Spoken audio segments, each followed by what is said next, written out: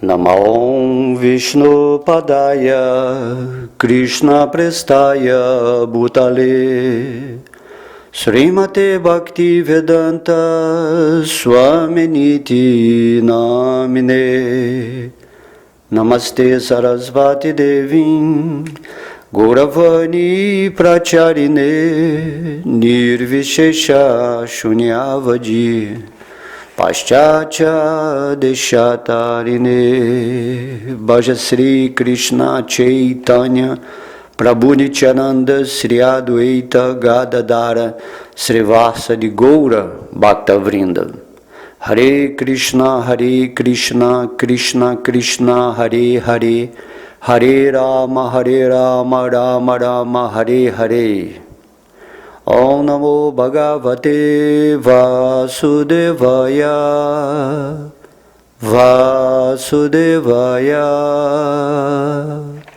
Haribol, todas glórias aos devotos reunidos. Hoje então vamos falar o capítulo 3 do canto 11 do Srimad Bhagavatam, intitulado Libertando-se da energia ilusória. Então esse capítulo 3 aqui é bem instrutivo e o resumo dele, basicamente, é dito que em resposta às 4 perguntas feitas por Maharaja Nimi, este capítulo descreve a natureza e atividades da potência ilusória, que é conhecida como Maya. Descreve também o método para se libertar do domínio intransponível de Maya. Descreve a situação transcendental do Supremo Senhor Narayana e o processo de Karma Yoga, através da qual a pessoa se liberta de todas as atividades materiais. Devemos saber que a Suprema Personalidade de Deus, a causa original de todas as causas, criou os 5 elementos materiais a partir dos quais são criados os corpos materiais das almas condicionadas, para que estas possam cultivar ou o gozo dos sentidos ou a liberação máxima. Aparecendo como a superalma, o Senhor Supremo entra nos corpos materiais dos seres criados e ativa os 11 sentidos das almas condicionadas. A alma condicionada confunde o corpo material criado com seu verdadeiro ego e assim ela ocupa-se em diversas atividades fruitivas. Impelida pelas reações das próprias atividades, a alma nasce repetidas vezes em várias espécies de vida e desse modo sofre enormemente até o momento da aniquilação cósmica. Quando a aniquilação está iminente, a alma da forma universal retrai toda a criação material dentro de si. E então, ela mesma entra na causa original de todas as causas. Dessa maneira, o Senhor habilita sua potência ilusória, que consiste nos 3 modos da natureza material, a executar a criação, a manutenção e a aniquilação do universo material. Aceitando os papéis de macho e fêmea neste mundo material, as almas condicionadas unem-se através de relações sexuais. Embora façam constantes esforços materiais para eliminar sua infelicidade e aumentar ilimitadamente o seu prazer, essas almas sempre acabam alcançando o resultado exatamente oposto. Não se pode encontrar felicidade permanente neste mundo nem nos planetas terrestres, nem nos planetas celestiais, os quais podem ser alcançados na próxima vida através da execução de cerimônias ritualísticas e sacrifícios. Tanto na terra quanto no céu, a entidade viva é atormentada pela inveja e pela rivalidade. Portanto, qualquer pessoa que deseje seriamente encontrar alívio permanente dos sofrimentos da existência material deve se refugiar nos pés de lótus de um mestre espiritual autêntico. A qualificação do guru autêntico é que ele compreendeu as conclusões das escrituras védicas mediante deliberação e é capaz de convencer a outros acerca dessas conclusões.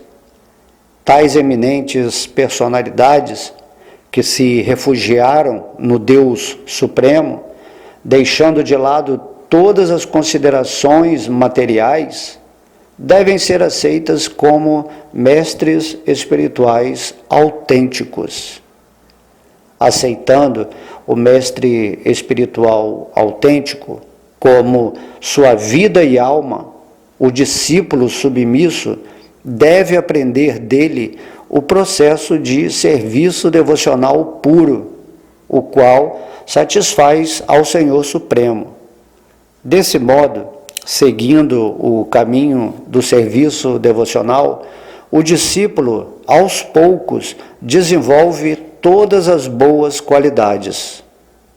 A pessoa deve ouvir, glorificar e meditar nas maravilhosas e transcendentais atividades, no aparecimento, qualidades e santos nomes do Senhor.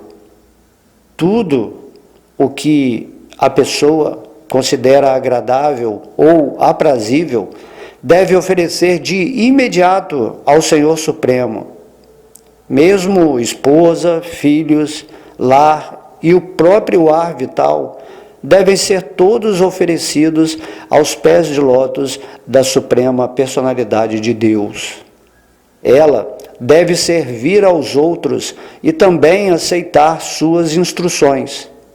E, sobretudo, deve servir aqueles que são devotos puros da Suprema Personalidade de Deus e aprender deles. Através do cantar das glórias da Suprema Personalidade de Deus, na companhia dos devotos, a pessoa fica satisfeita e feliz e desenvolve uma amizade amorosa aos devotos.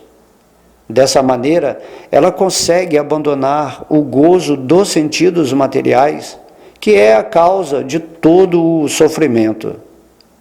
Quando o devoto atinge a fase de amor puro por Deus, os pelos de seu corpo se arrepiam e ele manifesta diversos sintomas estáticos. Ele encontra-se pessoalmente com o Senhor Supremo e torna-se pleno de bem-aventurança transcendental. Aprendendo a ciência do serviço devocional e ocupando-se no serviço devocional prático ao Senhor, o devoto chega à fase de amor por Deus. Ao se entregar por completo à Suprema Personalidade de Deus, Narayana, o devoto transpõe facilmente a energia ilusória Maya, a qual é muito, muito difícil de superar. A Suprema Personalidade de Deus é a causa da criação, manutenção e destruição do universo. Ele, contudo, não tem nenhuma causa precedente. Situado dentro do temporário e sempre mutante mundo material, o Senhor Supremo permanece eterno e imutável. Ele não pode ser compreendido através dos sentidos e mente embotados, e é transcendental à manifestação do mundo material, que surge como a causa sutil e efeito material visível no aparecimento dos objetos materiais grosseiros. Embora originalmente seja um, o Senhor, através da expansão de sua potência ilusória, Maya, aparece sob muitas formas diferentes. Ele está sempre livre de nascimento, crescimento, deterioração e morte. E é a superalma, a testemunha onipenetrante, que percebe a mentalidade de todas as entidades vivas. Ele é o Brahman Supremo e é conhecido como Narayana. Quando alguém se ocupa seriamente no serviço devocional aos pés de lótus do Senhor Narayana, os desejos impuros alojados em seu coração, como resultado de suas atividades anteriores dentro dos 3 modos da natureza, são destruídos. Quando o coração se purifica dessa maneira, ele pode perceber diretamente que tanto o Senhor Supremo quanto o Eu são entidades transcendentais. Mediante o estudo autorizado da transcendental literatura védica, a pessoa consegue ter o entendimento correto do que significa deveres prescritos, não execução de tais deveres e atividades proibidas. Ninguém jamais pode entender este difícil tema através da especulação mundana.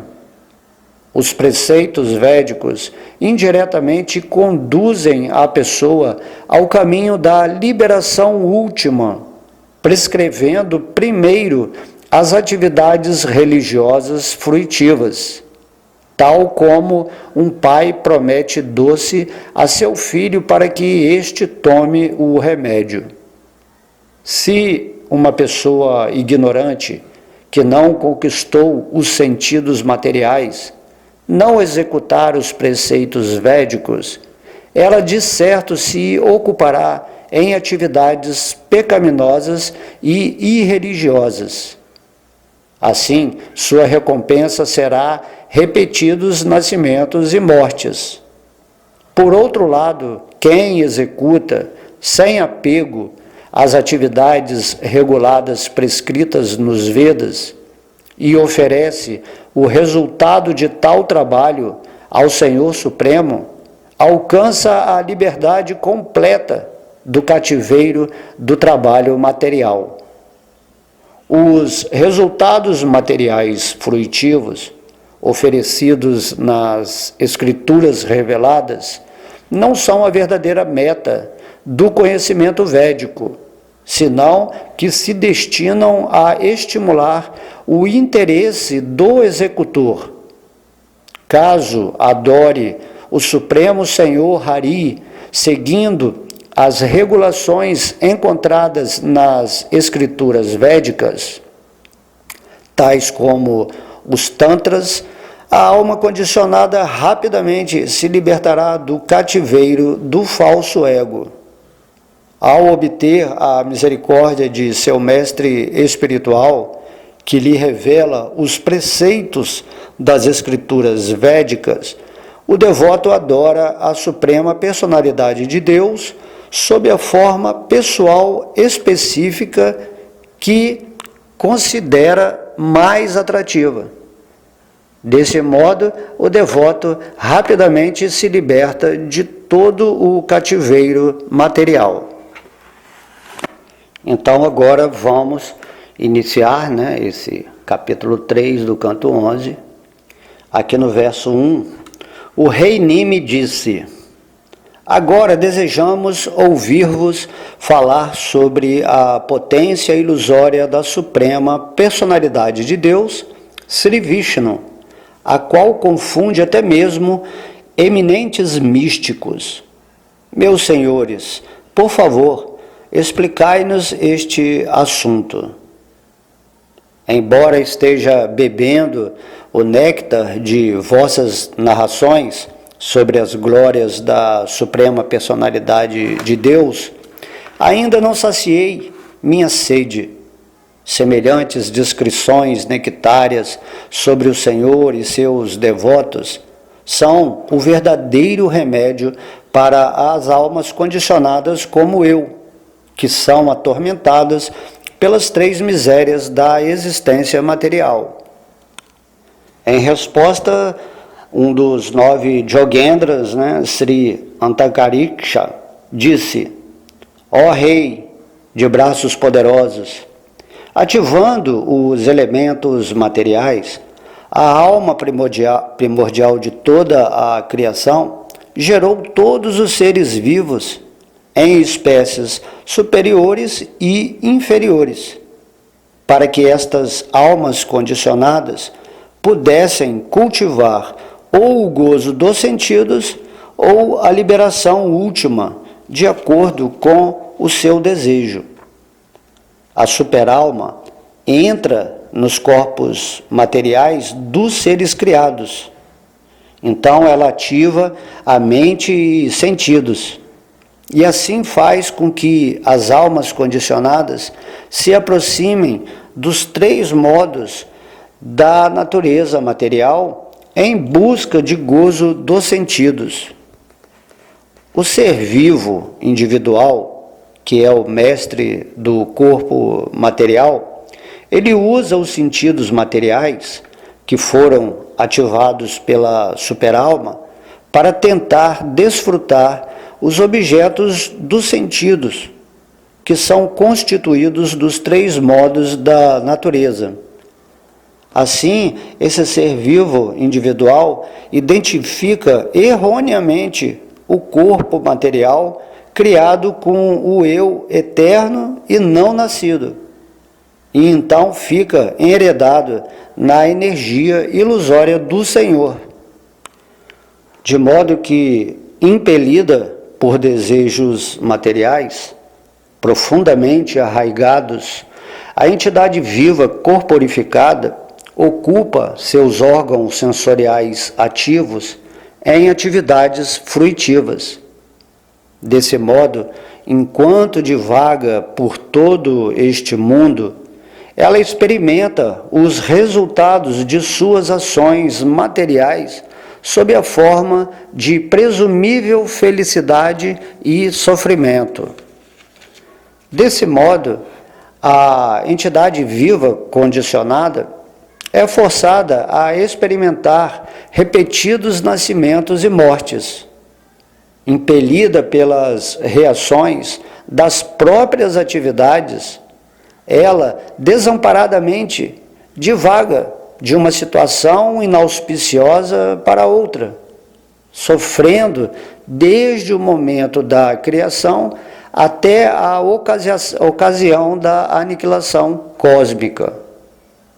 E quando a aniquilação dos elementos materiais é iminente, a Suprema Personalidade de Deus, sob sua forma do tempo eterno, retrai o cosmos manifesto, que consiste em aspectos grosseiros e sutis, e todo o universo se desvanece na não manifestação.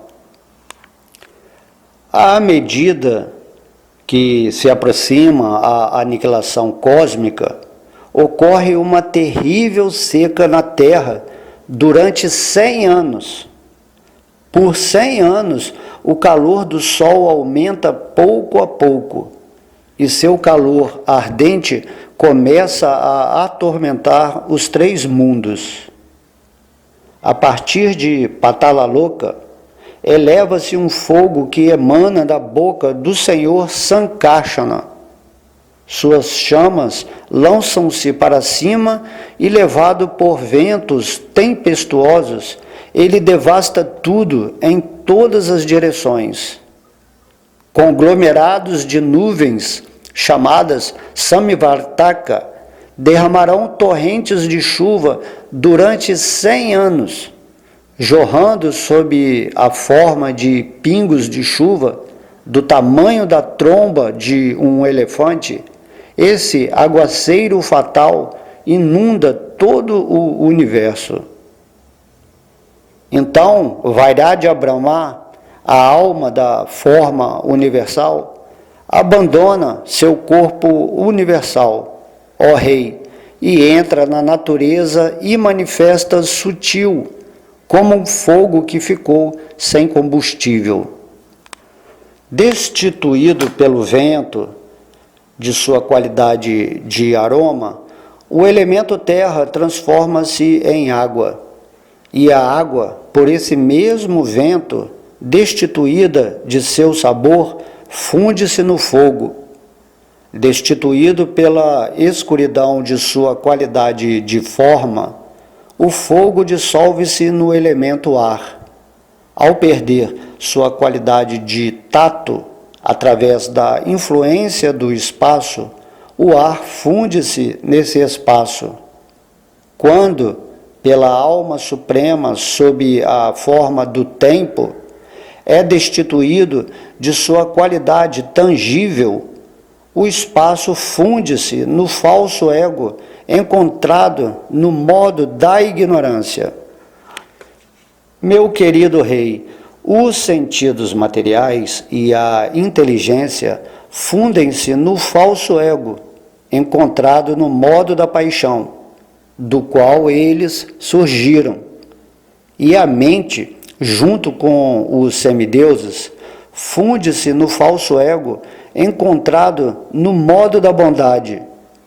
Então, o falso ego total, junto com todas as suas qualidades, funde-se no Mahatattva. Acabei de descrever Maya, a energia ilusória da Suprema Personalidade de Deus. Esta potência ilusória, que consiste nos 3 modos da natureza material, recebe do Senhor o poder para efetuar a criação, manutenção e aniquilação do universo material. Agora, que mais desejas ouvir?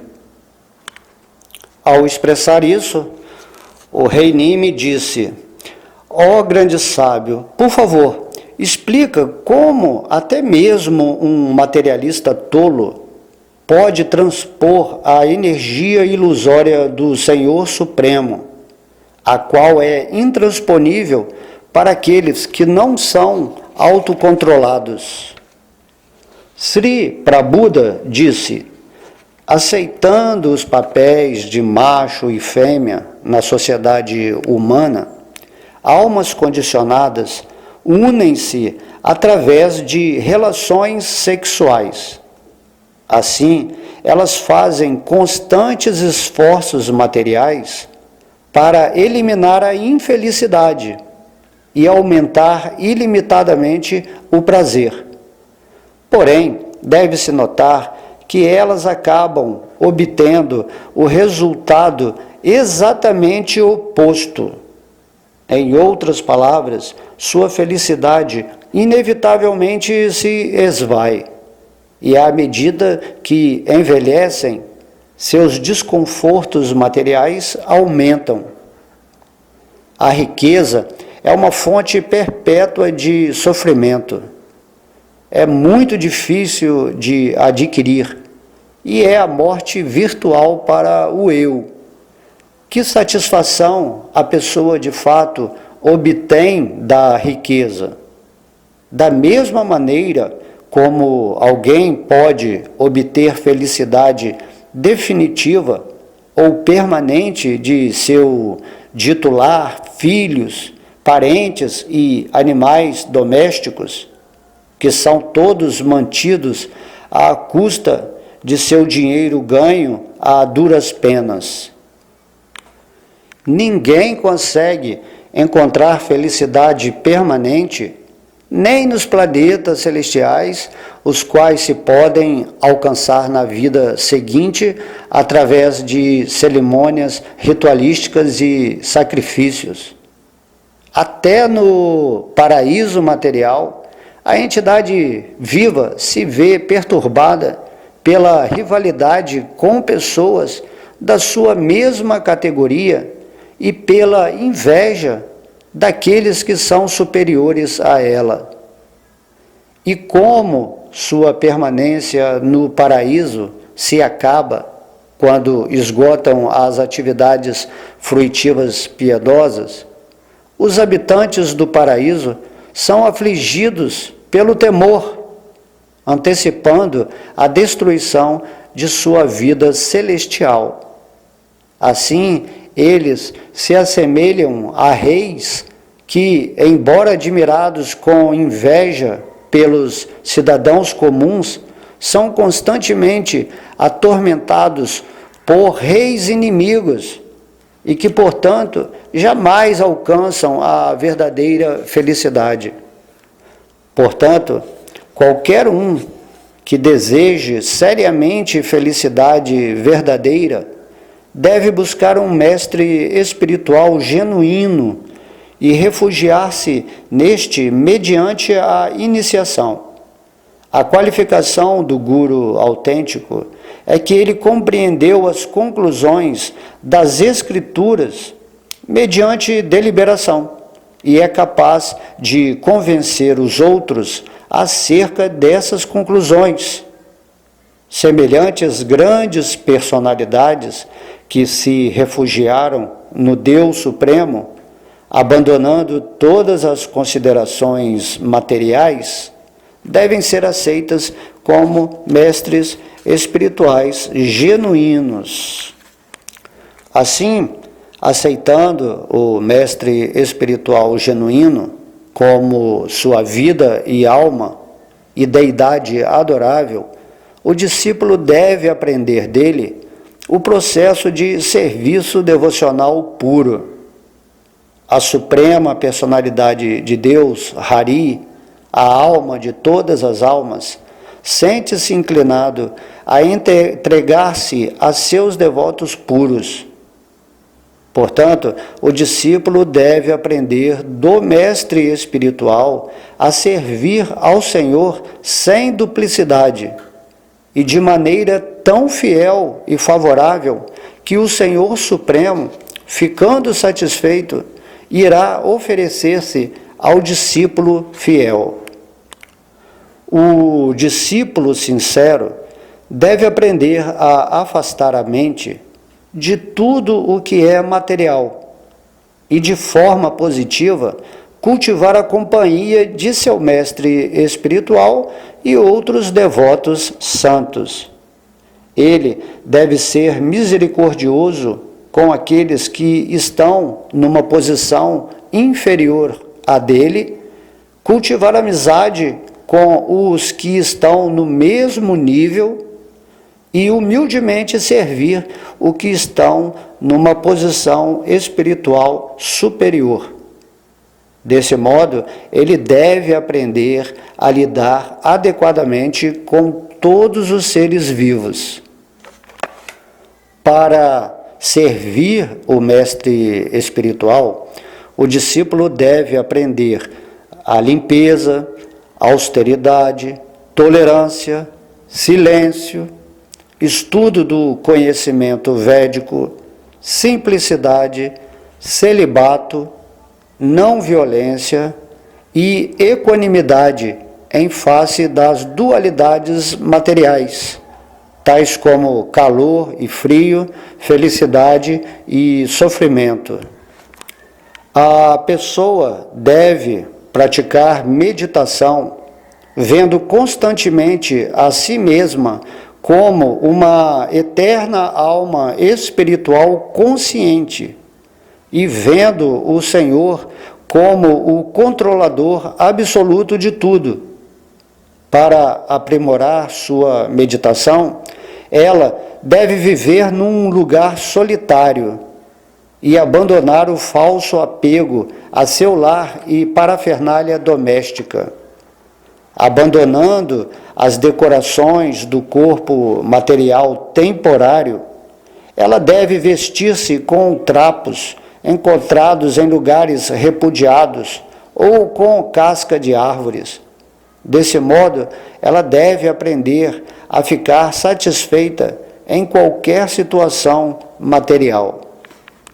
A pessoa deve ter firme fé em que alcançará pleno sucesso na vida, caso siga essas escrituras que descrevem as glórias da suprema personalidade de Deus, Bhagavan, aquele que possui todas as opulências.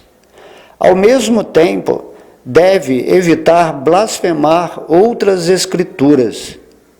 Ela deve ter rígido controle de sua mente, fala e atividades corpóreas. Deve sempre falar a verdade e trazer a mente e sentidos sob pleno controle. A pessoa deve ouvir, glorificar e meditar nas maravilhosas atividades transcendentais do Senhor. Deve especificamente absorver-se em pensar no aparecimento, atividades, qualidades e santos nomes da Suprema Personalidade de Deus. Com essa inspiração, deve executar todas as suas atividades diárias como um oferecimento ao Senhor. Deve realizar sacrifício, caridade e penitência exclusivamente para a satisfação do Senhor. De igual modo, deve cantar apenas os mantras que glorificam a Suprema Personalidade de Deus.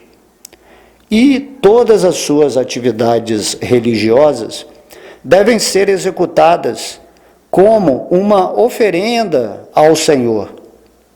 Tudo o que ela considere agradável ou desfrutável deve de imediato oferecer ao Senhor Supremo. E mesmo sua esposa, filhos, lar e o próprio ar vital deve oferecer aos pés de lótus da Suprema Personalidade de Deus. Quem deseja lograr o benefício máximo deve cultivar a amizade com aquelas pessoas que aceitaram Krishna como o Senhor de sua vida. Deve também desenvolver uma atitude de serviço para com todos os seres vivos. Deve, sobretudo, tentar ajudar o que estão na forma de vida humana, e entre eles, especialmente os que aceitam os princípios de comportamento religioso. Entre as pessoas religiosas, deve-se, em especial, prestar serviço aos devotos puros da Suprema Personalidade de Deus.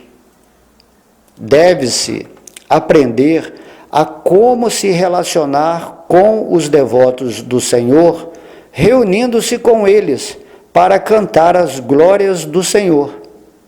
Este processo é muito purificante. À medida que os devotos desenvolvem sua amizade amorosa, eles sentem felicidade e satisfação mútua. E encorajando assim uns aos outros, eles conseguem abandonar o gozo dos sentidos, que é a causa de todo sofrimento.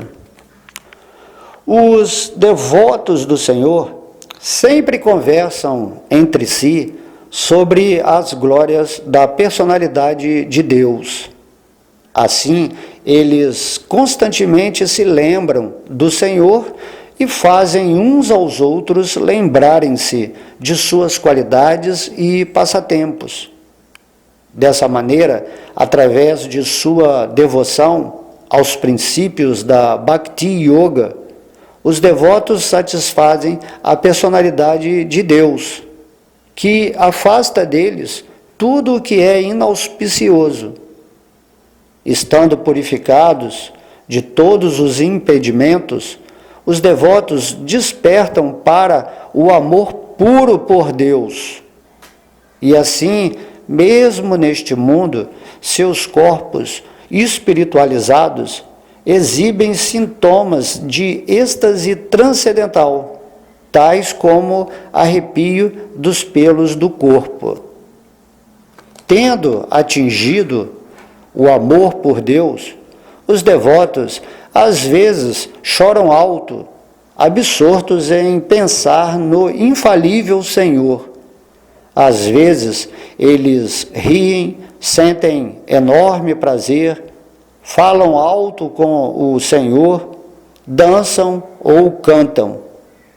Semelhantes devotos, tendo transcendido a vida material condicionada, às vezes imitam o Senhor Supremo não nascido, encenando seus passatempos. E às vezes, ao terem sua audiência pessoal, eles permanecem serenos e silenciosos. Dessa maneira, aprendendo a ciência do serviço devocional e na prática ocupando-se no serviço devocional ao Senhor, o devoto chega à plataforma de amor por Deus. E em virtude de sua completa devoção à Suprema Personalidade de Deus, Narayana, o devoto facilmente atravessa a energia ilusória, Maya, que é extremamente difícil de transpor. Então, o rei Nimi perguntou: por favor, explicai-me a situação transcendental do Senhor Supremo, Narayana, que é a própria verdade absoluta e a superalma de todos. Podeis explicar-me isto, porque todos vós sois muito hábeis no conhecimento transcendental.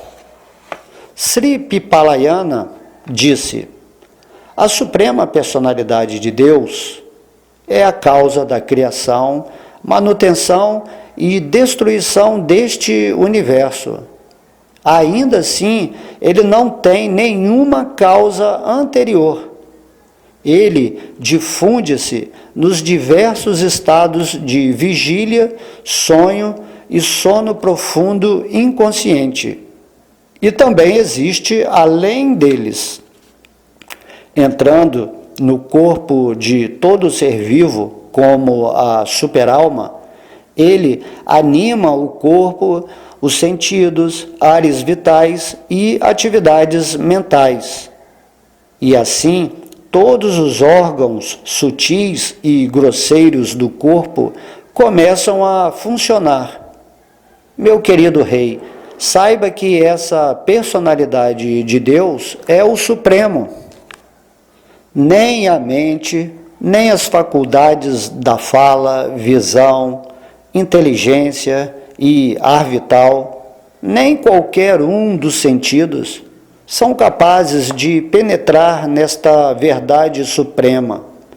Assim como pequenas centelhas não conseguem afetar o fogo original do qual foram geradas. Nem mesmo a linguagem autorizada dos Vedas pode descrever perfeitamente a verdade suprema, visto que os próprios Vedas rejeitam a possibilidade de que a verdade possa ser expressa através de palavras.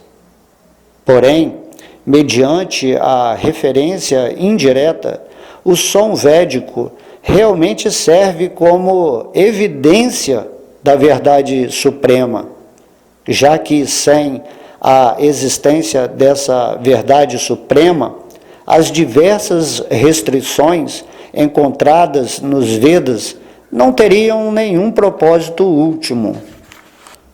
Originalmente o absoluto, Brahman, vem a ser conhecido como tríplice, manifestando-se como os três modos da natureza material: bondade, paixão e ignorância.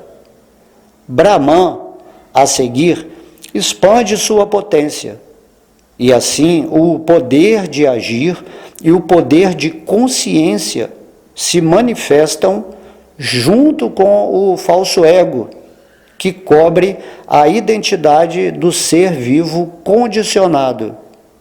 Assim, mediante a expansão das multipotências do absoluto, os semideuses, como a personificação do conhecimento, manifestam-se, junto com os sentidos materiais, seus objetos e os resultados da atividade material, que são felicidade e sofrimento.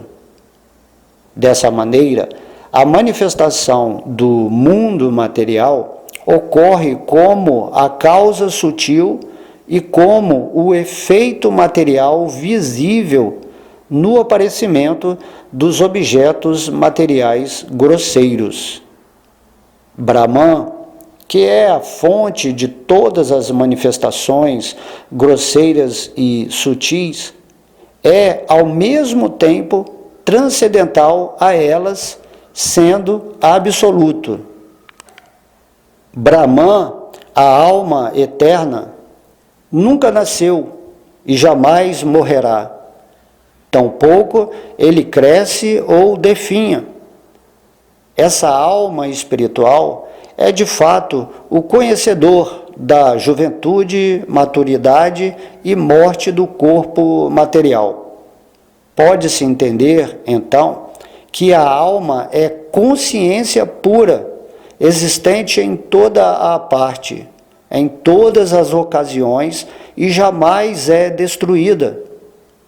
Assim como o ar vital dentro do corpo, embora sendo um, manifesta-se de muitas maneiras em contato com os vários sentidos materiais, a alma individual parece assumir diversas designações materiais ao entrar em contato com o corpo material. A alma espiritual nasce dentro do mundo material em muitas espécies de vida diferentes. Algumas espécies nascem de ovos, outras de embriões, outras de sementes de plantas e árvores e outras da perspiração. Porém, em todas as espécies de vida, o prana ou ar vital permanece imutável e segue a alma espiritual de um corpo a outro.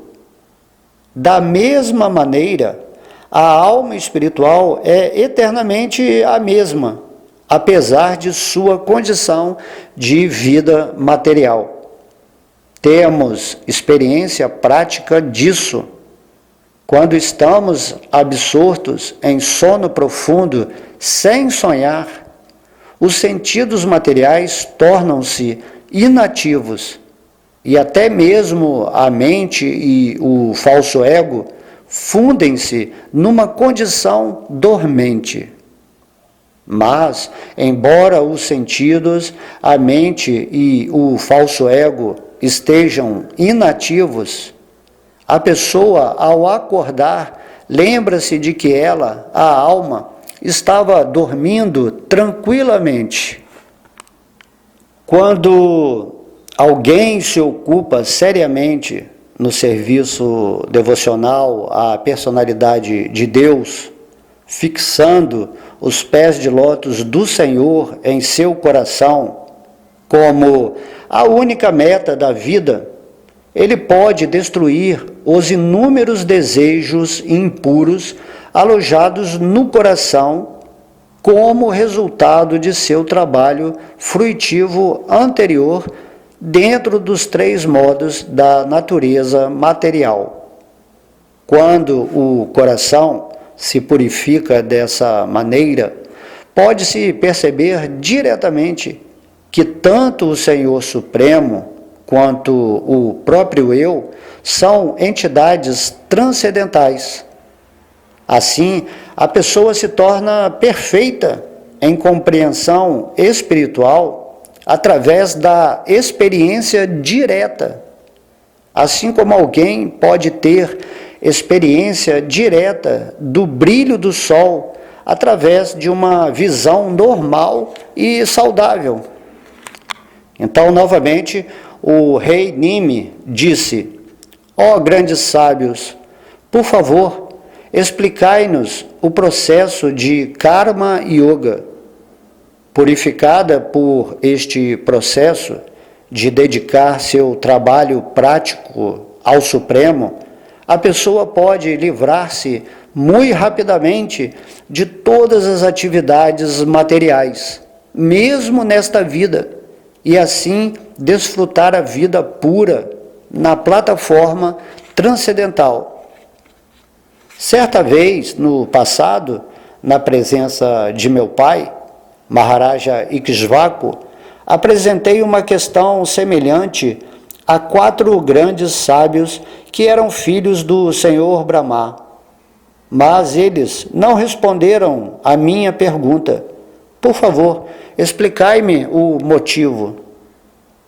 Sri Avihotra respondeu: deveres prescritos, não execução de tais deveres e atividades proibidas são tópicos que alguém só pode entender bem mediante o estudo autorizado da literatura védica. Este difícil tema jamais pode ser entendido através de especulação mundana. A autorizada literatura védica é a encarnação sonora da própria personalidade de Deus. E por isso, o conhecimento védico é perfeito. Mesmo os mais eminentes eruditos acadêmicos ficam confusos ao tentar entender a ciência da ação, caso negligenciem a autoridade do conhecimento védico. Pessoas infantis e tolas ficam apegadas a atividades materialistas e fruitivas, embora a verdadeira meta da vida seja libertar-se de semelhantes atividades.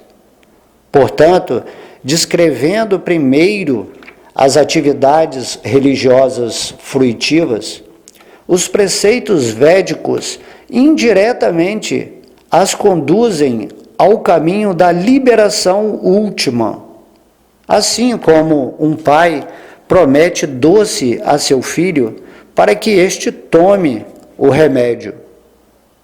Se uma pessoa ignorante, que não conquistou os sentidos materiais, não se mantiver fiel aos preceitos védicos, de certo se ocupará em atividades pecaminosas e irreligiosas. Dessa maneira, sua recompensa será repetidos nascimentos e mortes. Através da execução desapegada de atividades reguladas, prescritas nos Vedas, e do oferecimento dos resultados de tal trabalho ao Senhor Supremo, alcança-se a perfeição, ou seja, libertar-se do cativeiro do trabalho material. Os resultados fruitivos materiais oferecidos nas escrituras reveladas não são a verdadeira meta do conhecimento védico, senão que visam a estimular o interesse do executor. Quem deseja cortar o mais rápido possível esse nó do falso ego que prende a alma espiritual, deve adorar o Senhor Supremo Keshava através das regulações encontradas nas escrituras védicas, tais como os tantras. Tendo obtido a misericórdia de seu mestre espiritual, que revela ao discípulo os preceitos das escrituras védicas, o devoto deve adorar a suprema personalidade de Deus sob a forma pessoal específica do Senhor que o devoto considera mais atrativa. Após banhar-se, purificar o corpo mediante pranayama, bhuta sub e outros processos, e marcar o corpo com tilaka sagrada para evocar proteção, a pessoa deve sentar-se em frente da deidade e adorar a suprema personalidade de Deus. O devoto deve reunir todos os ingredientes disponíveis para a adoração da deidade. Deve aprontar as oferendas, o chão, sua mente e deidade. Deve borrifar seu lugar de assento com água para purificá-lo e preparar a água de banho e outros utensílios. O devoto deve, então, colocar a deidade em seu lugar apropriado, tanto sob o aspecto físico quanto em sua própria mente. Deve concentrar sua atenção e marcar o coração e outras partes do corpo da deidade com tilaka. Depois deve oferecer adoração com o mantra adequado. Deve-se adorar a deidade com cada um dos membros de seu corpo transcendental, suas armas, tais como o Sudarshana Chakra, seus outros aspectos corpóreos e seus companheiros pessoais. Deve-se adorar cada um desses aspectos transcendentais do Senhor com seu próprio mantra e com oferendas de água para lavar os pés, água perfumada, água para lavar a boca, água para banhar-se, vestimenta fina e ornamentos, óleos fragrantes, colares valiosos, grãos de cevada inteiros, guirlanda de flores, incenso e lamparinas. Tendo assim completada a adoração em todos os seus aspectos, de acordo com as regulações prescritas, deve-se então honrar a deidade do Senhor Hari com orações e, prostrando-se, prestar reverências ao Senhor. O adorador deve absorver-se plenamente em meditar sobre si mesmo como um eterno servo do Senhor, e deve, assim, adorar perfeitamente a deidade, lembrando que a deidade também está situada dentro de seu coração. Então, deve aceitar o resto da parafernália da deidade, tais como guirlandas de flores sobre sua cabeça, e respeitosamente colocar a deidade de volta em seu próprio lugar, concluindo assim a adoração. Assim, o adorador do Senhor Supremo deve reconhecer que a personalidade de Deus é onipenetrante e deve adorá-lo através de sua presença no fogo, no sol, na água e em outros elementos, e também no coração do convidado que recebe em sua casa, e também em seu próprio coração. Desse modo, o adorador, muito em breve, alcançará a liberação. Então, aqui vemos, que nesse capítulo, o rei Nime fazendo perguntas variadas aos os 9 Yogendras, cada um respondendo a uma pergunta específica, dá um aprofundamento de como uma pessoa pode se libertar dessa energia ilusória. Há vários temas aqui para estudos e também significados extensos para quem deseja aprofundar o conhecimento. Através dessa sabedoria, aprendemos como atuar dentro dessa energia material com essa percepção do que devemos fazer e do que devemos rejeitar dentro da proposta da evolução da nossa consciência dentro desse mundo material. A nossa consciência deve atuar para despertar o amor para Deus. E aqui, nessas respostas, está sendo ensinado como devemos nos aproximar do Senhor Supremo, e também tem uma parte que fala-se da adoração da Deidade, entendendo que tudo aqui é produto ilusório da energia manifesta de Deus, que tudo aqui está destinado a essa mutabilidade, tudo se cria, se mantém por um tempo e depois é aniquilado, e isso acontece também a nível de energia. Aqui também se explica como a alma condicionada, se identificando com os seus sentidos, com esses aspectos de felicidade e sofrimento material, ela se identificando com essa matéria, o eu dela real se torna como um falso ego. De modo que toda a ciência aqui, a meditação, a lembrança, o canto, tudo é estimulado para que saiamos dessa zona de conforto onde estamos encantados com a atuação dos 3 modos da natureza material. Então o Bhagavatam é assim muito especial porque ele fala diretamente sobre o processo de libertarmos, de nos libertarmos de Maya, que é a potência ilusória do Senhor.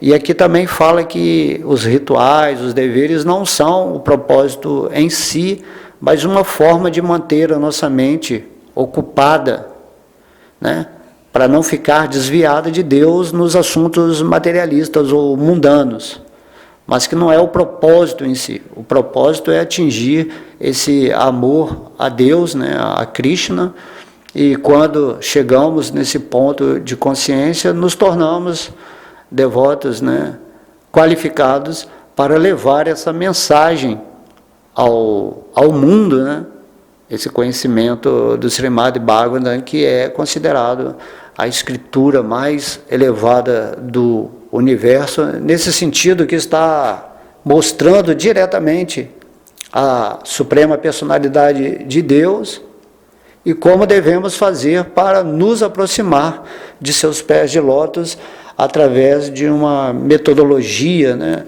filosófica, como é explicado aqui, de uma forma mais objetiva, vamos dizer assim. Não devemos perder tempo especulando com tantas filosofias que nem têm assim, Deus na centralidade de suas explicações. Mas o Bhagavata não, tudo está relacionado diretamente com Krishna e por isso essa escritura é tão especial.